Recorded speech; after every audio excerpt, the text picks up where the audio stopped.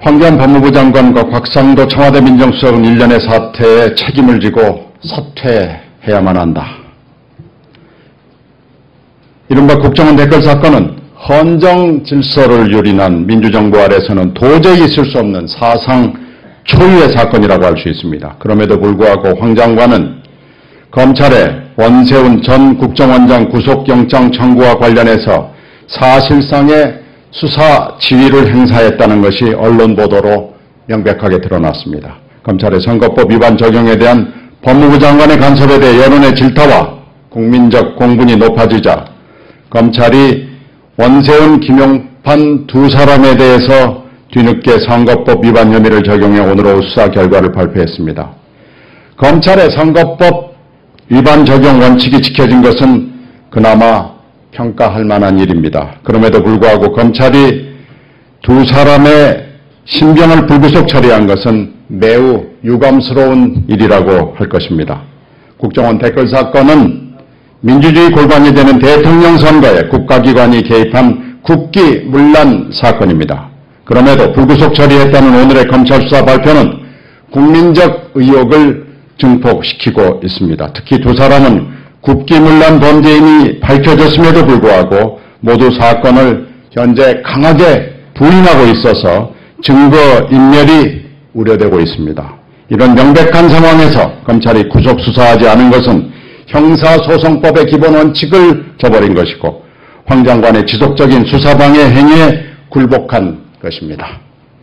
검찰은 처음부터 구속 의지가 약했고 게다가 황 장관의 집요한 수사 방해 공작으로 구속의 적기를 놓쳤습니다.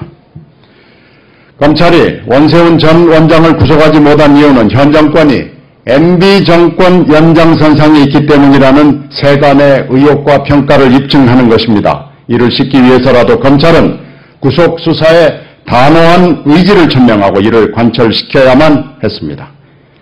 이 점에서 우리 민주당은 검찰의 이번 검찰 수사 결과 발표는 이명박근혜라는 실체가 엿보이는 대목이라고 규정하는 바입니다. 특히 민주당은 김용판 전 서울청장을 구속하지 않고 불구속 처리한 데 대해서 주목하고 있습니다. 경찰을 자기 마음대로 주물러서 죄질이 아주 나쁜 김 전 청장의 구속을 두려워하는 진짜 이유는 무엇입니까?